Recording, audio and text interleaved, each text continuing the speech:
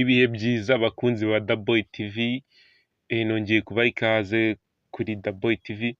Uyu munsi ngiye kubabwira inkuru iramutse ivugwa, inkuru y'ibivuye mu nama yari iri guhuza Donald Trump wa Amerika na Vladimir Putin w'Uburusiya. Inama yari iri kubera i Alaska muri Leta Zunze Ubumwe za Amerika. Rero iyi nama Trump bikaba birangiye atashye imbokoboko, nta kintu na kimwe yabashije kugeraho, nk'uko bizindutse bitangazwa rero n'ibitangazamakuru hafi ya byose byo ku isi. Niyo nkuru iri kuza imbere cyane, urebye kuri BBC, Al Jazeera, n'iby'iwabo muri Amerika nyine. Ubundi iyi nama iri kuba ni Alaska Summit, yari iri guhuza perezida wa Amerika Donald Trump na Putin, aho yari ifite intego zinyuranye, harimo kumvisha Abarusiya guhagarika intambara ndetse no kuba babasaba kwinjira mu muryango wa NATO, hakazamo no kuba bakumvisha Putin kurekura ibice bya Ukraine yafashe. Ariko ibi byose bikaba birangiye imbere y'itangazamakuru. Trump akaba avuze ati, baramubajije ati se inama rizati zivuyemo ni izihe?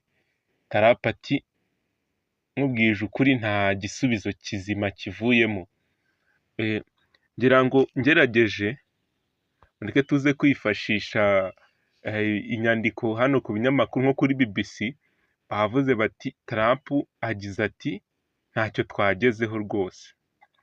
Aho kuri dire ya Ukraine bari kuganiriza uyu Trump, ati nyuma y'amasaha 4 y'inama hagati y'abayobozi muri Alaska, abayobozi ni ukuvuga Trump ndetse na Putin, kuvuga ko perezida wa Amerika progress was made. Yagize ati ibintu biracyari mu nzira, biracyari mu buryo, ariko nko mu bijyanye no guhagarika intambara, bamubajije bati se intambara mwemeranyijwe ko iri buhagarare? Mu gusubiza, Vladimir Putin yagize ati ndabashimiye cyane, ariko guhagarika intambara byo nta byinshi turi bubivugeho. Yirinze kugira byinshi abivugaho, ariko ibi bikagaragara nk'aho iyi nama nyine n'ubundi isorwe ntacyo bagezeho, cyane cyane ko Trump muri iyi minsi ari gushaka igihembo cyitiriwe Nobel, aho ari gushaka guhagarika ngo intambara n'amakimbirane biri ku isi yose. Ariko nk'uko bigaragara Trump kuri iyi nshuro aratsinzwe, ntacyo abashije kugeraho. Putin amubereye ibamba, kugira ngo nk'uko muri kubibona kuri iyo foto aho ngaho, bari bari mu nama nyine, inama irangiye bafata ifoto y'urwibutso, ariko muri rusange nta kintu kizima bagezeho, nta mwanzuro ufatika bafashe. Mbabwira ko inama y'ubutaha izabera mu Burusiya. Niho igomba kubera. Noneho ni Trump hano uzaba yagiye kwa Putin, ariko rwose ahangaha Amerika igaragaye yaciye bugufi rwose imbere y'Umurusiya. Umurusiya rwose arabemeje. Ahangaha Trump yahise yifatira n'indege ye ahita yisubirira iwabo, White House. Nta kintu rwose agezeho, kandi yari yijeje abantu ko agomba kumvisha Putin guhagarika intambara, ndetse ngo binarenze ibyo akamwumvisha ko nawe yaza mu muryango wa OTAN. Ibi ngibi rero birangiye bimunaniye, haba guhagarika intambara biramunaniye, haba ndetse no kuba yaza muri NATO nabyo biramunaniye, ndetse no kurekura uduce yari yarafashe twa Ukraine nabyo biramunaniye. Ahangaha rero Trump ageze imbere y'itangazamakuru, arya iminwa buri icyo avuga. Muri make ikintu gikomeye bakoze we n'uyu nguyu Trump, we na Vladimir Putin, ni ugusuhuzanya, barangiza bakazunguzanya ibiganza, bya bintu Trump akunda, abantu benshi banamuziho.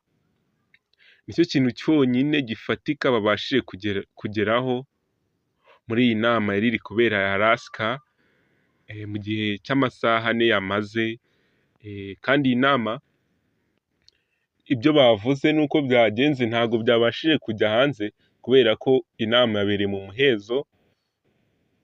Bafashe igihe abanyamakuru baraza babaza utubazo dukeya, birangiye bose bategeka ko basohoka, barasohoka. Inama ikimara kurangira abanyamakuru bahise binjira birukanka, bagize ngo barabaza Trump mu magambo ye yavuze ati no deal but progress made after Ukraine talks with Putin. Bishatse kuvuga ko yagize ati nta deal ifatika tugezeho ariko biracyari mu nzira, hari imyanzuro ishobora gufatwa nyuma y'uko Ukraine izaganira na Putin mu minsi iri imbere. Iyi ngiyi niyo mpamvu atanze, ngira ngo abanyamerika bose bari bari ku mateleviziyo yabo barimo bareba ibi biganiro, ese biraza kugera kuki? Nta munyamerika waryamye, bose barebaga ndetse n'isi yose bari biteze ko wenda inama iri burangire bakavuga ati twemeje ko uyu munsi intambara y'Uburusiya na Ukraine imaze imyaka hafi irenga 3 igomba kurangira.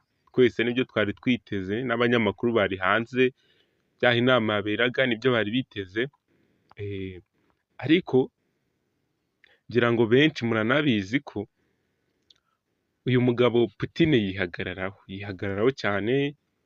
Ibi nibyo abashije gukora n'uyu munsi kuri iyi nshuro, nabwo abashe kwihagararaho imbere ya Trump w'umunyagitugu. Putin amubera umufungamutwe, birangira ntacyo bagezeho. Ahangaha abanyamakuru bake nibo bari bemewe mu cyumba mbere y'uko ibiganiro bitangira. Bimwe nababwiraga ngo ndetse ngo bagerageje kubaza utubazo duke ariko nta success yavuyemo, nta kintu gifatika cyavuyemo muri ibyo bibazo babajije. Urugero hano nka Putin bamubajije aho gusubiza ahubwo asakuza avuga ibintu bidasobanutse, sibyo? Wamubazaga ibyo umubajije ntaba ari byo agusubiza ahubwo agateza urusaku. Ibi rero nibyo byaje gutuma n'aba banyamakuru basohorwa, kuko abayobozi bahise bateza akavuyo babona biraza kuba binini, bahita babasohora. Inama rero yabaye yari yitabiriwe n'igihugu cyose, aho nko muri New York abantu benshi bari ku mateleviziyo bareba ibiri buve muri iyo nama nyine. Inama ikimara kurangira, Trump na Putin baherezanyije statement ni ukuvuga ngo hari ibyo babwiranye cyangwa se bemeranyijweho, bahana amadokima, ubundi basuhuzanya rwose nk'uko ubibona bazunguzanya ibiganza kuri iyo foto nabashyiriyeho, ubundi bifurizanya amahoro.